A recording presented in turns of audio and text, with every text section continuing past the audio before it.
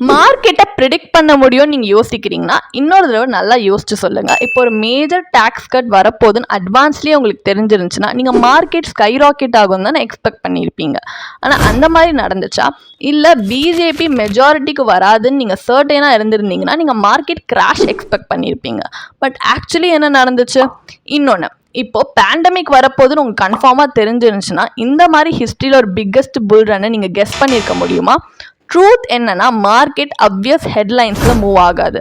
அதோட டிரைவிங் ஃபோர்ஸே unexpected second and third order side effect தான். சிம்பிளாக A to Bன்னு சொல்ல முடியாது. ஸோ இதுலேருந்து நம்ம கற்றுக்கக்கூடிய லெசன்ஸ் என்னென்னா, ஒரு ஒராக்கல் மாதிரி ப்ராஃபசைஸ் பண்ணாமல், எக்ஸ்ட்ரீம் பெட்ஸ் எடுத்துக்காமல், ஓவர் கான்ஃபிடென்ஸ்னால நம்ம வெல்த்தை ரூயின் பண்ணாமல் இருக்கிறது தான்.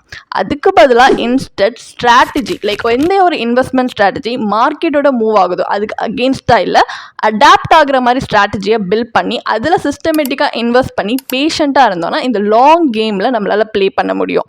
நீங்களும் இந்த கெஸ்ஸிங் கேமை ஸ்டாப் பண்ணி வின்னிங் கேம் ஸ்டார்ட் பண்ணணும்னு யோசிக்கிறீங்கன்னா எங்கள் பயோவில் இருக்க லிங்க்கில் போய் ஒரு ப்ரொஃபஷனல் கைடன்ஸ்க்காக ஃப்ரீ கன்சல்டேஷனுக்கு இன்றைக்கே ரெஜிஸ்டர் பண்ணிக்காங்க.